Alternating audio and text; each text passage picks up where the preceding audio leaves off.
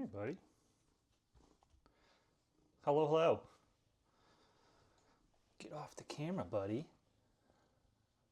As you can see, I'm in my office today, hanging out with my kitty. This is Obi. He's a big boy. Hope you all are doing well. I'm about to go on a little ride to chiropractor. You kicking the camera, boy. You kicking the camera. But I got a few questions about content creating burnout. And I thought that'd be a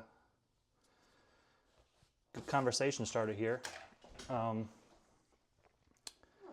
So I've only been doing this for 2.5 years or so.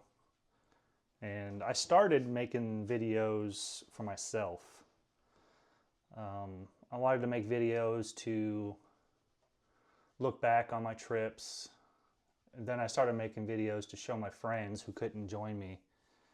And then I looked for a community, which I got now, and I'm very, very thankful for.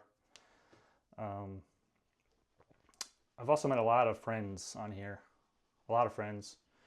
And a handful of them live close, and we ride together, and very thankful for that. Obi's tearing up my office. I appreciate you, dude. But I had a few friends on here that had stopped making content because I felt like they were burnt out. I think you have to remember why you started making content. And if you're doing it for money or free shit, then you're gonna get burnt out pretty quick. I have to feel like I want to be creative to make videos. I think is a big thing for me. For obviously, if you're big on Instagram, you know Instagram cares about quantity over quality, which is kind of shitty, but it is what it is. And if you know, you know. But for a while there, I was making content as much as possible. I wasn't really liking what I was making on some of them. And then I got burnt out a few times and had to do some thinking, and what the hell am I doing wrong here? I started this to have fun, to be creative, to share videos with my friends and family. Anytime I go travel and see friends and family, they always say, I love your videos. Thank you for making them. I know a lot of you doom scroll at night, as I do, and I'll find myself watching bullshit. I'm like, why am I doing this? So hopefully when people see my content, they stop and say, this is quality. I like this. And a lot of you have messaged me saying you appreciate all the content I make for everyone. And but really, the content's for me. It's for me first. I love this laying back in my recliner at night when I can't ride, or I just got back from a ride, and just look back at all of the trips I've taken, and because I don't have a lot of pictures to look at besides my phone. As you can see in the background, I got some pictures back there from my trips, especially that one from the Tail of the Dragon. My wife got that printed for me, which I love. That was on my old Challenger. And so I missed that bike. That bike was fast. But my new bike is built for touring, and I can only afford one bike, unfortunately. But but anyways, if you look at my page, I don't have a lot of followers. I don't. I have, I think, 5,100 or something like that, which isn't a lot compared to a lot of my friends. Some of them have close to 300,000, but that's not really what I started the page for. I don't care about likes. I don't care about views. I don't care about how many people follow me. I think I used to a few years ago. I felt like maybe I should have been growing faster than I was, and thankfully I had some friends who were a lot more popular than me at the time, and they gave me some good tips, and hopefully I can give you guys some good tips that maybe you guys don't have someone to look up to. I'm not saying look up to me, because I'm not someone to look up to, but I'm saying I get a lot of comments and questions and messages asking me about how I don't get burnt out um, and all that shit. And I definitely have. But recently, if you noticed, I don't post all the time, especially on YouTube. Um, YouTube can feel like a job, and I'm not looking for a job. I'm retired. I've been retired for a few years. I'm looking to have fun. I'm looking to um, make videos that I want to watch and make them when I want to make them. And it's not every day, it's not every week. Um, but if you follow me on Instagram, you know that I always have a story up. You will always see a story on my page. I usually don't repost anybody else's stuff. People follow me to watch my stuff, not to watch anybody else's stuff. Um, Unless it's like for a good cause or I'm trying to help someone out or something like that. Um, which I'm always down for. I don't, as you can tell today, I posted some stuff, people donating some stuff for that tornado that happened in St. Louis. I will always repost that stuff. But most of the time, my stories are my content because I think you follow me to watch my content. I know a few people that repost a lot and you never see what they're doing. You never see what their day-to-day stuff is. I know a lot of people on here have day jobs and they can't ride every day like I do. I ride every single day. My bike is my daily. Um, I have a chiropractor appointment here in an hour. I'll be riding my bike to that. Um, Anytime I can ride, I ride my bike. Um, and thankfully my wife enjoys riding with me, and she enjoys just the open road and the breeze just like I do. And um, the other day she walked in and said, "Hey, you want to go get some pizza?" I'm like, hell yeah, I want to get some pizza. Let's take the bike. Let's go. And we did. And that happens all the time. And I try to find the balance between spending time with my loved ones and posting. And I think after 3 years now, I think I've got that down. I think life is all about balance. Same with making content on Instagram and YouTube and TikTok and all that stuff. It's about balance, and really it's about quality over quantity. Even if Instagram says if you post every day you will grow, but for what? What do you need to grow for? Is the question. And my page has grown pretty slowly, but I have some amazing friends on Instagram that I'm very thankful for. Sometimes I'll look at a YouTube video or a reel or something, and it doesn't get as much views as it normally does. And for a second, I'll doubt myself. Like, maybe nobody wants to watch me anymore. Then I look at who's watching. I'm like, oh, quality. A lot of quality people watch my stuff, and I really appreciate that. And it's not just randoms a lot of the time. It's a lot of my friends. We follow each other. We like each other. We motivate each other, and it's all about the community, which is big for me, I think. Because I travel. I do a lot of bike fests, as you guys know. I like to do the Southern Bike Fest. I haven't been anything north, really. I haven't been to Sturgis. Probably never will be to Sturgis, to be honest. Can't afford that shit. I'm broke. I'm on a retired... but anyways, yeah, I travel a lot. I do a lot of bike fests. I love meeting people that I've talked to online, and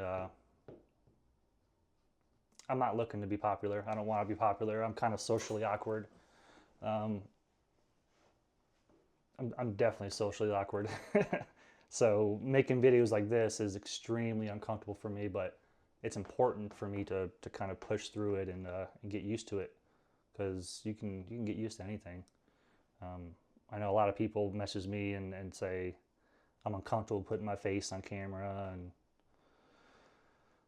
and a lot of those are females, and a lot of my female friends get shit on here. They get nasty comments. I don't get a lot of those, unfortunately. Not unfortunately, thankfully, I don't get that, because it probably would affect me just like it affects my female friends, and um, that sucks. That really sucks for them, and I hate to see it. I've been seeing that a lot lately. Just people think they can just talk shit on the comments, especially on YouTube. YouTube is probably the nastiest. People just go on there with no profile picture and try to say shit to piss you off. And it used to piss me off, but then I started making a joke out of it. They would say, like, one of the first comments I ever got that really got under my skin was some dude's like, "Why are you wearing your wife's jeans?" And I was like, "What the fuck?" My wife's jeans. And I looked on, at the time, I was riding my Indian Challenger. I didn't have lowers, so I couldn't wear big pants because if you know, this shit would flap all over the place. So I started to wear tighter pants at the bottom. Wasn't doing it to look cool. I don't care what I look like. Um, but I was like, I showed it to my wife. I was like, look at this. And they laughed. They thought it was funny. I was like, okay, so why don't I laugh at that shit? um, I don't wear those pants anymore. That's for damn sure. But um, mostly because I have Bonnie, my Indian Pursuit, is um, it's got the lower, so my pants don't flap at all. So I can wear comfortable jeans now and feel just fine. Um, some people will say they disagree with some of my reviews, especially the roguelite one. That shit, that page, that video got some shit. Um, but I would always comment the same thing back. They would say, I disagree, you're a piece of shit, and all this stuff. And I would say, well, what do you ride? And it did. Most of the comments would be, if you go look at that video, it'd be like, oh, I don't have a bike, or I just started and I got a little baby bike, or whatever it is. I was like, okay, I'm not going to make fun of you for riding a little baby bike. Um, Nor am I going to make fun of somebody for their comments or their thoughts on the Road Glide. Um, my thoughts are going to be different than someone else's thoughts. Um, I'm 6'1", 230. I gotta have a bigger bike. I gotta have bigger bars. I gotta have extended seat. I gotta have room. I'm a big dude. Most people aren't over 6 feet. Most people can handle the Road Glide with the smaller bars and no extended seat. Do you, whatever. Um, but to just say you disagree is fine. But to be nasty about it, there's no reason for that. You're not getting anywhere on here being nasty to people. Because I do think the motorcycle community it's a tight knit group. It really is. There's not a lot of us. Um, Not a lot of us. Um, and when we do meet up at Bike Fest and stuff, it's nice to hang out with people who have the same values as me, who love just riding and exploring on my motorcycle. A new place is just one of my favorite things. I was in Detroit last month, and I just went all over the place by myself. And um, I grew up in Detroit, so it was nice to get back there and travel and ride the same roads. I grew up BMXing from as young as I can remember till I was probably 17. I was really big into BMX. Um, really big into BMX. It was my love. I thought I was going to be a professional. I like the jumps. I didn't like flatline, but I thought I was going to be professional. And obviously, when 9/11 happened, I was like, okay, I'm going to join the military. Um, but yeah, if you guys know, I just joined the CVMA, Combat Vets Motorcycle Association, 15-6 chapter. We're one of the biggest chapters in North Carolina. Um, and it's been incredible. It's been really incredible. I really enjoy riding with them and talking with them, and we're all deaf and can't hear shit, and all have the same kind of aches and pains and the same stories and the same values, and it's been great. It's really been great. So I hope you guys can find your own community and find those a couple friends who have the same values as you and want to ride with you, and you can trust on the road. And I'm thankful to have a few of those. Um, really thankful. Um, I think social media has made me a little less socially awkward. It has made me more comfortable with myself. It's made me be more confident, definitely more confident, because I know exactly who I am. Um, for the longest time, I was looking for some kind of community to be a part of. I'm in the gaming. I love gaming. I woodwork. I would love BMX. Um, but I just didn't feel like I fit into any of those communities. But within the first year of starting my Instagram page and having all these amazing conversations in my messages, I realized I am a biker. I really am a biker. I grew up in Detroit. My dad was a biker his whole life. He still rides. So I kind of grew up around it. I grew up, I didn't grow up, but I moved to Florida when I was 15, about 40 minutes from Panama City. And if you know that area, you know that Thunder Beach Bike Week is there twice a year. And then Daytona, obviously. So even before I was in the bikes, I was down there around bikers. I just loved it. Um, I really did. I just loved it. But it took me a long time to get over some of the medical issues I have from the military. If you didn't know, I broke my neck and back on my second deployment, um, and then just struggled for years trying to get that figured out. Um, Drinking a lot, just eating like shit, sitting on the couch, not doing anything, not having a hobby or anything that kind of motivated me to do anything. And then when I found, or not when I found, but when I got my first motorcycle when I got out of the military. I was 23. It was a sport bike, and um, it felt natural to me just from riding BMX my whole life. It felt natural to get back on two wheels, and um, but I ended up wrecking that bike a week after I bought it and fucked up my elbow and my ankle, and but I fixed it up. Never went to um, the riding academy. Never got my motorcycle license. Just for a full year, I rode that thing to work every single day. I was a wine distributor, so I had to go to each store around town and put up wine and shit like that, um, in the hot heat. So that was my first time really spending every day riding a bike, and I thought, this this is uncomfortable. A sport bike is uncomfortable, especially with all my back issues and my neck issues. It was really uncomfortable for me. Um, and then my wife got pregnant. I sold the bike, um, and didn't own another bike for many, many years. Um, Still rode my dad's bike every once in a while. He always had something. Um, Still rode my friend's bike. Still rented bikes, but I never owned a bike. Um, just because I wanted to be there for my daughter and my wife. I didn't want to do anything scary. And then when my daughter turned, I don't know, 9 or 10, I thought it was time. Um, I definitely thought it was time. And then I bought that Indian Challenger from my buddy Ray, who is the president of the Indian Motorcycle Riding Group in Panama City.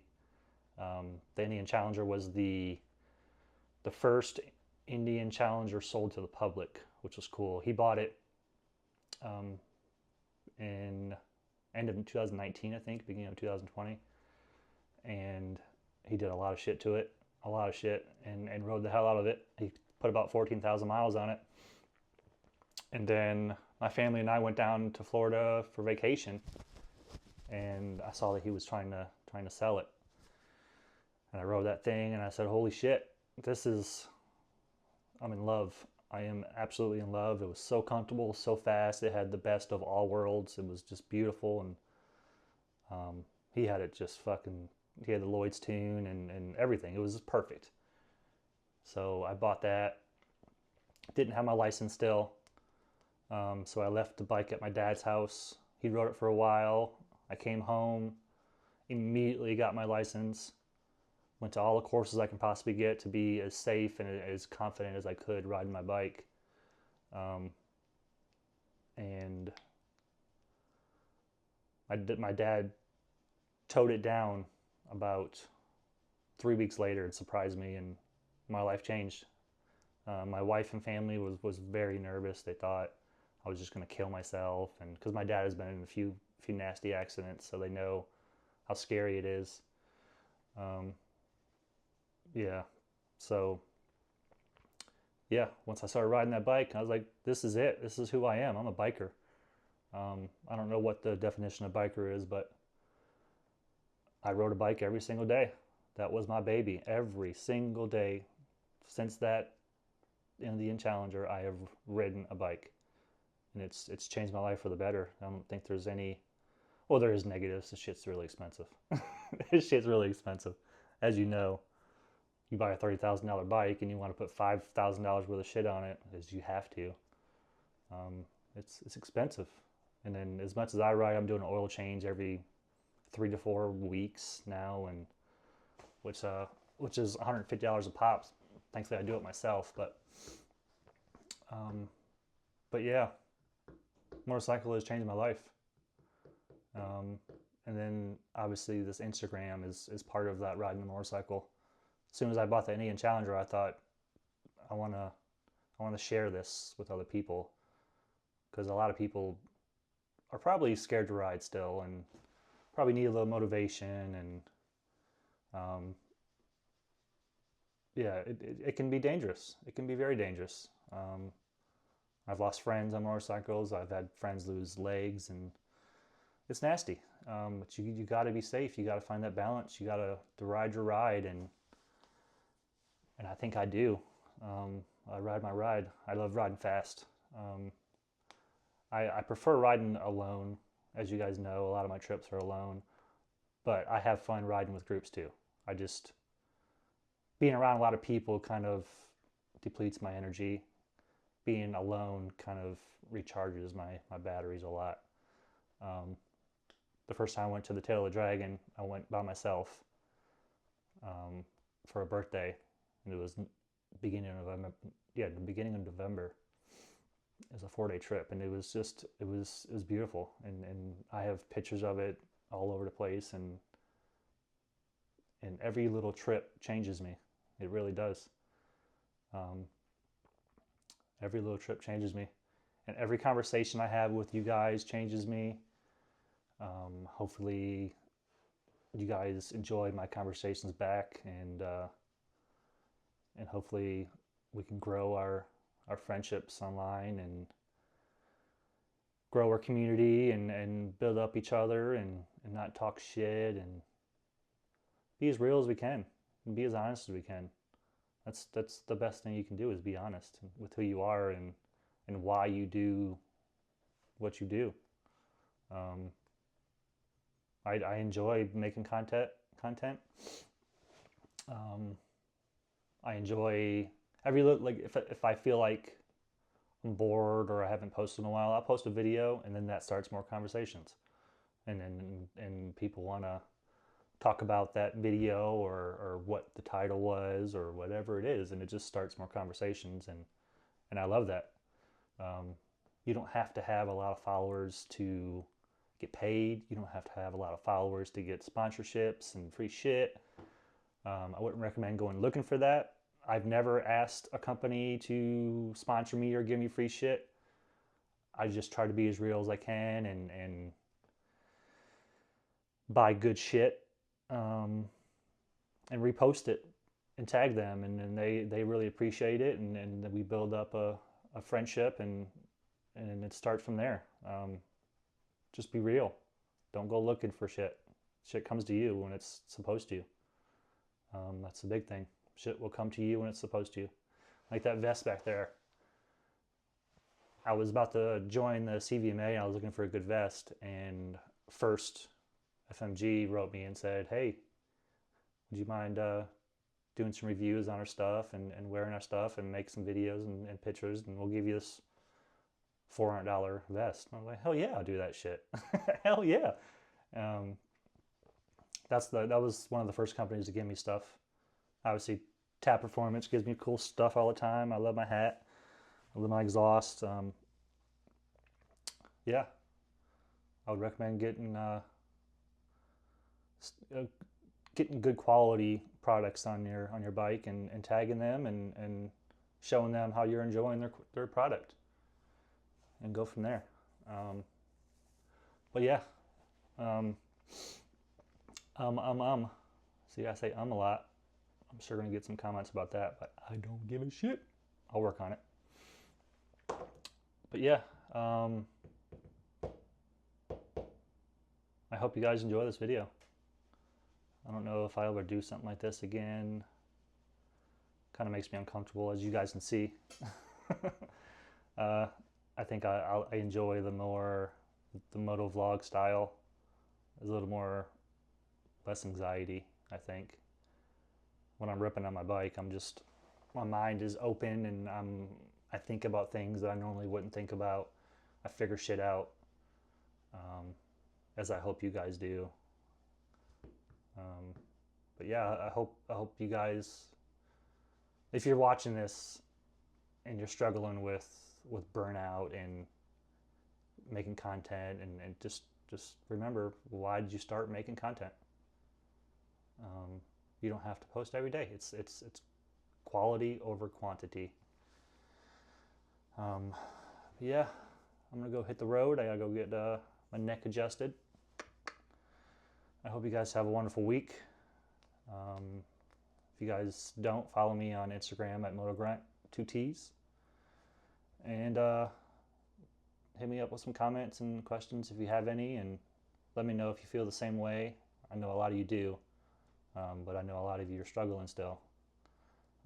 Ignore those dumbass comments. Ignore them. You have to. Don't delete them, and don't turn off comments, because your page won't grow without comments. It really won't. And those negative comments will turn into positive comments, and it'll be all your friends motivating you, and that's what you want. All right. Appreciate all of you. I appreciate all your friendship. I mean, your likes, your comments, and amazing messages. Someone wrote me yesterday and said, I'm not going to say the name, but they go to sleep with my YouTube on a loop just to kind of help me out, and I really appreciate that. I'm not looking for that. I don't care about views, like I said, but I appreciate that. That means a lot. And little comments like that motivate me. So yeah, I hope you guys all enjoy your week. Hope you enjoy the cooler weather. I'm looking forward to it. Watching football, and yeah, hope you guys have some fun trips in the future.